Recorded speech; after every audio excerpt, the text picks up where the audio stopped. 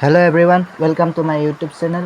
তো প্ৰথমে সকলোকে অসমীয়া নৱবৰ্ষৰ বহু শুভেচ্ছা জ্ঞাপন কৰিলোঁ। তো আজি আমি এটা নতুন সিৰিজ আৰম্ভ কৰিবলৈ ওলাইছোঁ আৰু এই সিৰিজটোত মই আসাম ডাইৰেক্ট ৰিক্ৰুটমেণ্টৰ থাৰ্ড গ্ৰেড আৰু ফৰ্থ গ্ৰেডৰ মেথছৰ সকলোখিনি টপিক ৱাইজ দিবলৈ চেষ্টা কৰিম আৰু এই ভিডিঅ'টোত থিয়ৰী আৰু মেথছ অৰ্থাৎ এক্সাম্পল কুৱেশ্যন গোটেইখিনি একেলগে দিবলৈ চেষ্টা কৰিম। গতিকে এইটো এটা সিৰিজ পাৰ্টত থাকিব। তো আশা কৰোঁ সকলোৱে ভাল পাব আৰু ভিডিঅ'টো ভাল লাগিলে লাইক কমেণ্ট শ্বেয়াৰ আৰু ছাবস্ক্ৰাইব কৰি দিলে। তো প্ৰথমে আজি আৰম্ভ কৰিম সংখ্যা প্ৰণালী। তো অকল আসাম ডাইৰেক্ট ৰিক্ৰুটমেণ্ট বুলিয়েই নহ'ল, অসমৰ বাকী কম্পিটিটিভ এক্সাম বা UPSC, UPSC আদি সকলোতে মেথছ প্ৰয়োজনে আৰু সেই সকলোখিনি মই এটা এটাকৈ দিবলৈ চেষ্টা কৰিম। তো আজি এই সিৰিজটো অসমীয়া মিডিয়াম মাধ্যমত থাকিব। আমি আগলৈ ইংৰাজী মিডিয়াম আৰু হিন্দী মিডিয়াম দুয়োটাতে আনিবলৈ চেষ্টা কৰিম। তো আজি আমি সংখ্যা প্ৰণালী চাম যে সংখ্যা প্ৰণালী কেনেকুৱা, সংখ্যা প্ৰণালীৰ ওপৰত কেনে ধৰণৰ কুৱেশ্যন আহিব পাৰে। তো প্ৰথমে সংখ্যা প্ৰণালীৰ ওপৰত কুৱেশ্যন আহিব পাৰে যেন স্থানীয় মান বা সাংখ্যিক মান কি। সাপোজ এটা এক্সাম্পল দিয়া থাকিল যে 1230 এই সংখ্যাটোৰ সাপোজ দিয়া থাকিল যে 3 আৰু 2 আৰু 3ৰ সাংখ্যিক মান যোগ বা বিয়োগ কৰিব লাগে। ঠিক আছে, কি কৈছোঁ যে 2 আৰু 3 এই দুটাৰ সাংখ্যিক মানৰ যোগ বিয়োগ কৰিব লাগে। তো এই সংখ্যাটোৰ পৰা আমি প্ৰথমে লিখি ল'ম যে সাংখ্যিক মান কি, যে 2ৰ সাংখ্যিক মান হ'ব 2। ঠিক আছে, 2ৰ সাংখ্যিক মান 2 হ'ব। ঠিক সেনেকৈ 3ৰ সাংখ্যিক মান কি হ'ব, 3 হ'ব।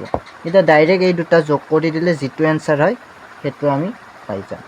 ঠিক সেনেকৈ বিয়োগ কৰিব লাগিলেও সেম একে প্ৰচেছত প্ৰয়োগ কৰা হ'ব। যে সাপোজ বিয়োগ কৰিব লাগে তেনে 2 - 3 -1 ওলাব বা 3 - 2 1 ওলাব।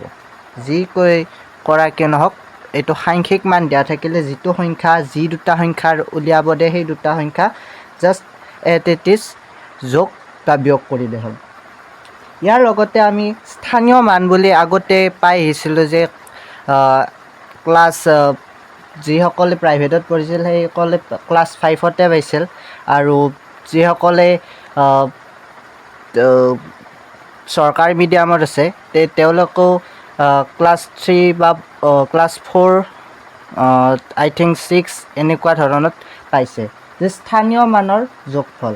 যে স্থানীয় মান মানে কি, যে আমি এটা সংখ্যা সাপোজ যে আমি জানো এইটো একক, দশক, শতক আৰু এইটো হাজাৰ। ঠিক আছে, তো সাধাৰণতে আমি স্থানীয় মান 3ৰ স্থানীয় মান বুলি ক'ব লাগিলে তো এইটো একক বুলি কোৱা যায়, 3 একক। ঠিক সেনেকৈ 0টোৰ স্থানীয় মান ক'বলৈ গ'লে আমি দশক বুলি ক'ব লাগিব।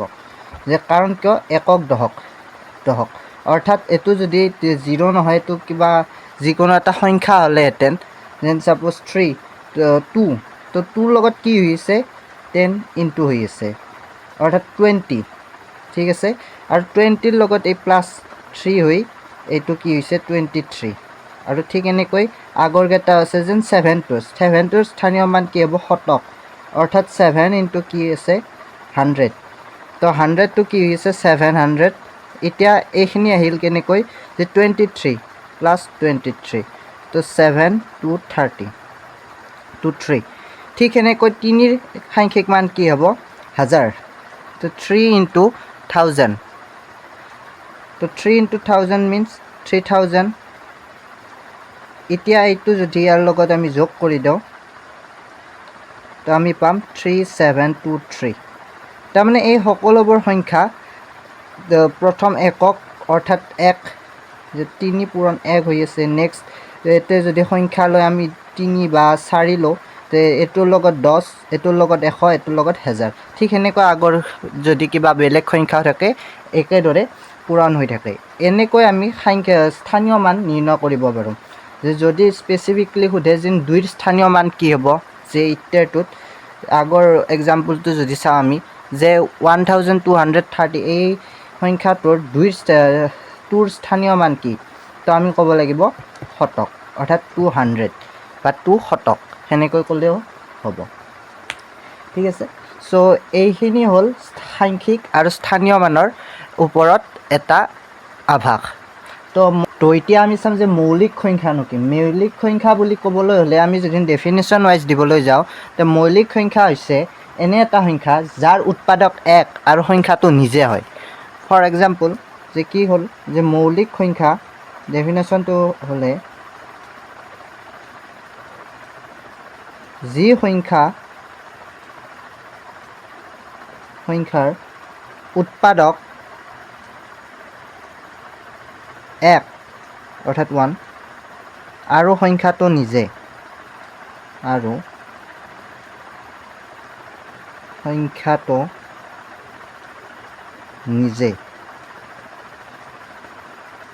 তাকে মৌলিক সংখ্যা বোলে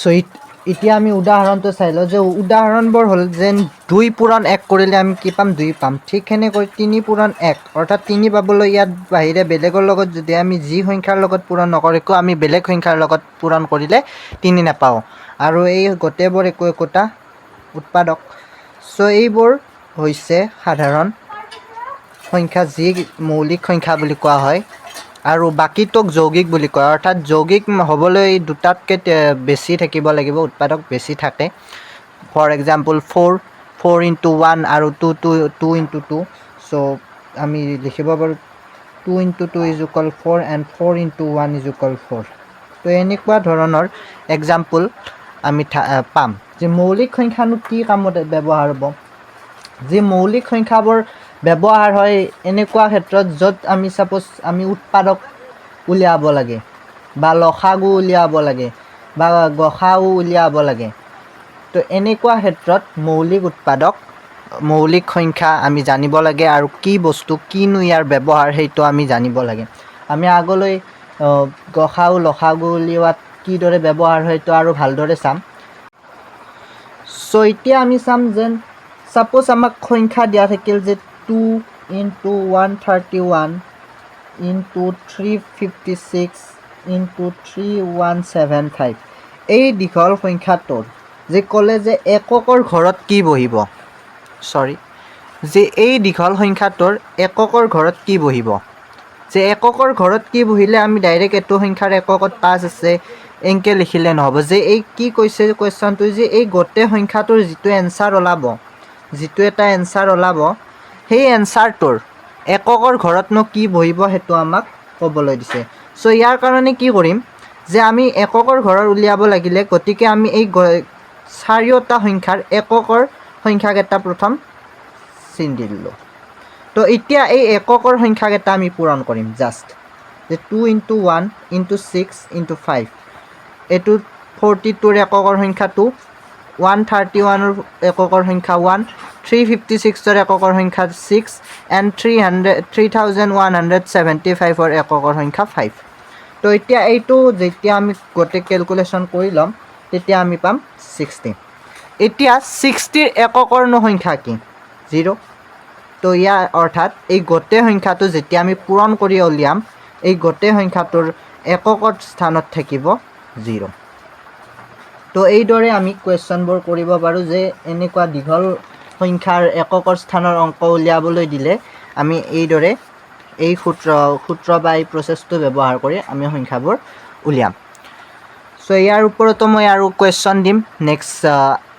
সিৰিজৰ নেক্সট ভিডিঅ'ত তো তাৰপিছত আমি চাম যে স্বাভাৱিক সংখ্যাৰ যোগফল নিৰ্ণয় কৰিব লাগিলে আমি কি কৰিম স্বাভাৱিক সংখ্যা সাপোজ মোক কোৱা হ'ল যে 15টা প্ৰথম 15টা স্বাভাৱিক সংখ্যাৰ যোগফলনো কি এতিয়া আমি এনেকৈ চাব লাগিলে যে প্ৰথম 1ৰ পৰা 15লৈ পূৰা লিখি ল'ব লাগিব, তাৰপিছত যোগ কৰিম, তাৰপিছত আমি এনচাৰ উলিয়াম। তো এনেকৈ কৰিলে বৰ দীঘল হৈ যায় আৰু এক্সামৰ টাইম ইমান আমি নাপাওঁ। চ' গতিকে এইটোৰ কাৰণে আমি এটা শ্বৰ্ট ট্ৰিক ইউজ কৰিম। এই ট্ৰিকটো অৰ্থাৎ যিটো আমি এতিয়া বৰ্তমান চাবলৈ যাম, এইটো যুগ্ম সংখ্যাৰ ক্ষেত্ৰত ব্যৱহাৰ হয়। যে স্বাভাৱিক সংখ্যা আৰু যুগ্ম সংখ্যা যে যদি কোৱা হয় প্ৰথম 15টা স্বাভাৱিক যুগ্ম সংখ্যা বা যুগ্ম সংখ্যা এনেকৈ দিলে যে ইয়াৰ উত্তৰনো কি হ'ব, সেইটো উলিয়াবলৈ জাষ্ট আমি এটা সূত্ৰ ইউজ কৰিম যে n+1/2 এই ফৰ্মুলাটো আমি ইউজ কৰিম যি n+1/2। চ' ইয়াত n মানে কি হ'ব, কিমানটা সংখ্যা দিছে উলিয়াব, 15। চ' এই nৰ জেগাত আমি 15 লিখিম। চ' এতিয়া আমি কেলকুলেশ্যন যেতিয়া কৰি উলিয়াম, চ' কি হ'ব 15 × 16/2, 15 × 16/2। জাষ্ট এই চিম্পল এইখিনি কৰিলে আমাৰ এনচাৰটো ওলাই যাব। যে এতিয়া আমি যেতিয়া এইটো কেলকুলেশ্যন কৰি ল'ম 15 × 16/2, চ' পাম আমি 15 × 60 কৰিলে আমি পাম 240, 240/2, 240/2 কৰিলে আমি পাম 2 দি গ'লে 120। তো গতিকে আমি পাম 120, 120। তো এইটোৱে হ'ব এনচাৰ। অৰ্থাৎ আমি যদি পূৰা প্ৰথম 15টা যুগ্ম সংখ্যা বুলিও কওঁ, যুগ্ম সংখ্যা যদি আমি চাবলৈ লগা হয়, তো গতিকে এনেকৈ ব্যৱহাৰ কৰিম। যি প্ৰথম স্বাভাৱিক সংখ্যা যদি আমি কয়, যে স্বাভাৱিক সংখ্যা বুলি ক'লে চব থাকিব, যি যুগ্ম আৰু অযুগ্ম মিক্স হৈ থাকিব। গতিকে এই সূত্ৰটো ব্যৱহাৰ কৰি আমি প্ৰথম যিমানটা নিদিয়ক কিয় আমি স্বাভাৱিক সংখ্যাৰ যোগফল আমি অতি সহজে উলিয়াব পাৰোঁ। ঠিক সেনেকৈ আমি অযুগ্ম সংখ্যাৰ ক্ষেত্ৰত আমি এটা ফৰ্মুলা পাম যে অযুগ্ম সংখ্যা ছাপ'জ দিয়া থাকিলে যেন প্ৰথম 10টা অযুগ্ম সংখ্যাৰ যোগফলনো কি, এনেকৈ দিয়া থাকিলে আমি কি সূত্ৰ ডাইৰেক্ট আমি n² কৰি দিম। অৰ্থাৎ যিটো দিয়া থাকিব সেইটো স্কুৱেৰ কৰি দিম। অৰ্থাৎ এতিয়া মোক 10 দিয়া আছিল, n = কি হ'ব, ইয়াত 10 হ'ব। তো গতিকে 10² কৰিলে 100 পাম। তো তাৰমানে প্ৰথম 10টা অযুগ্ম সংখ্যাৰ যোগফল হ'ব 100। তো এনেকৈ আমি সূত্ৰবোৰ, ইয়াৰ ওপৰতো মই পিছত কুৱেশ্যন আৰু বেছিকৈ দি দিম। আজি জাষ্ট মই থিয়ৰী হিচাপত এইখিনি দেখুৱাই দিছোঁ। তো ইয়াৰ পিছত খালি ফ'ল' কৰিলেই হ'ল মোৰ চেনেলটো। এতিয়া মই গোটেইখিনি A to Z গোটেই দিবলৈ পূৰা চেষ্টা কৰিম। ঠিক আছে। তো নেক্সট আমি চাম যে পৰিমেয় সংখ্যানো কি।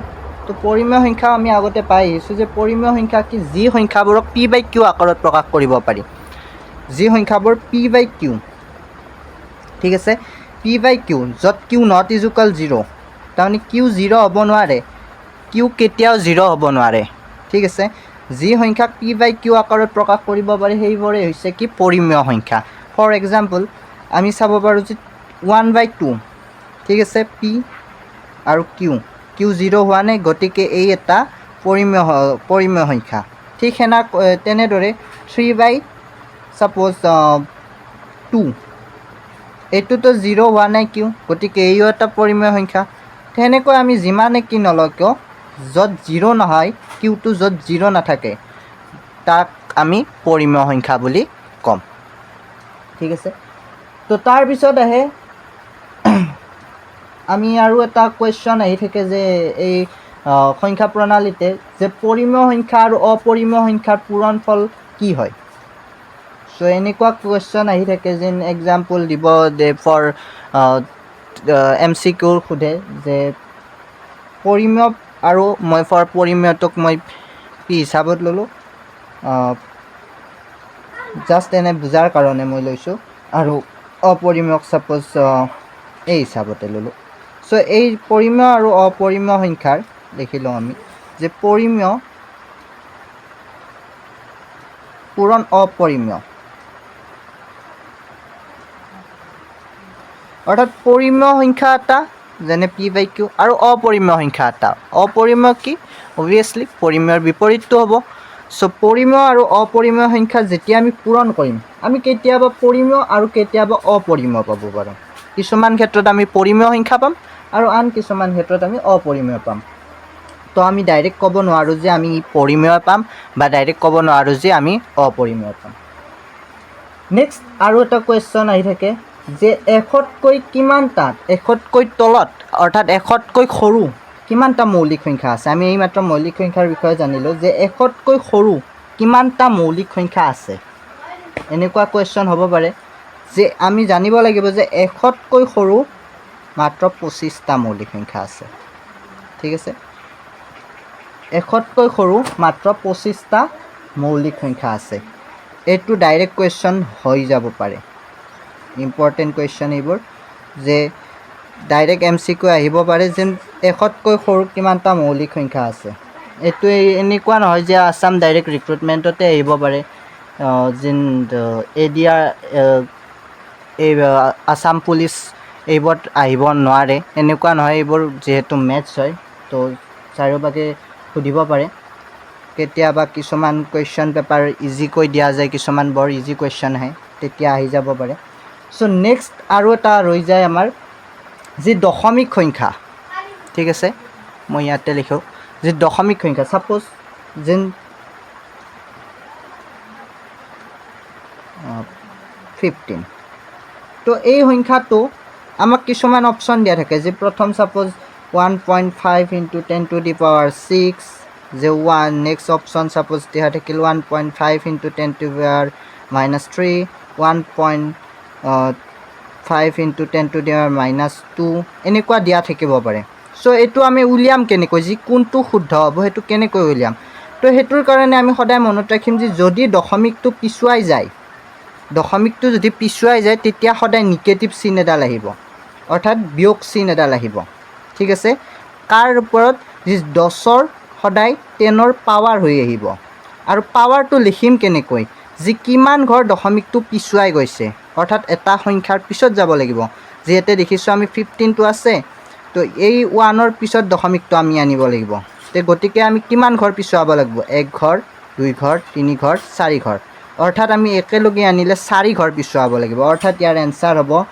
1.5 into 10 to the power -4 minus আহিল কাৰণ পিছুৱাই গৈছে ঠিক হেনাকৈ যদি আমি আগুৱাই আনিব লাগে আমি যোগ কৰিব লাগিব অৰ্থাৎ যোগ চিন আহিব সো এই গোটে চেপ্টাৰটো অৰ্থাৎ সংখ্যা প্ৰণালীৰ ইম্পৰ্টেণ্ট থিওৰি এইখিনিয়ে এতিয়া আমি কুৱেশ্যন চাব লাগিব যে কেনে ধৰণৰ কুৱেশ্যন আহিব পাৰে সো থাৰ্ড গ্ৰেড আৰু ফৰ্থ গ্ৰেডৰ কাৰণে মই ভাবোঁ এইখিনিৰ ভিতৰতে কুৱেশ্যন থাকিব লাগে এইখিনি টপিকে সাধাৰণতে ইউজ কৰি আমি সংখ্যা প্ৰণালী কুৱেশ্যনবোৰ কৰা হয় তো যদি ভিডিঅ'টো ভাল লাগিছে লাইক কমেণ্ট শ্বেয়াৰ কৰিলে হ'ল আৰু আগৰ ভিডিঅ' চাবলৈ চেনেলটো ছাবস্ক্ৰাইব কৰি দিলে হ'ল থেংক ইউ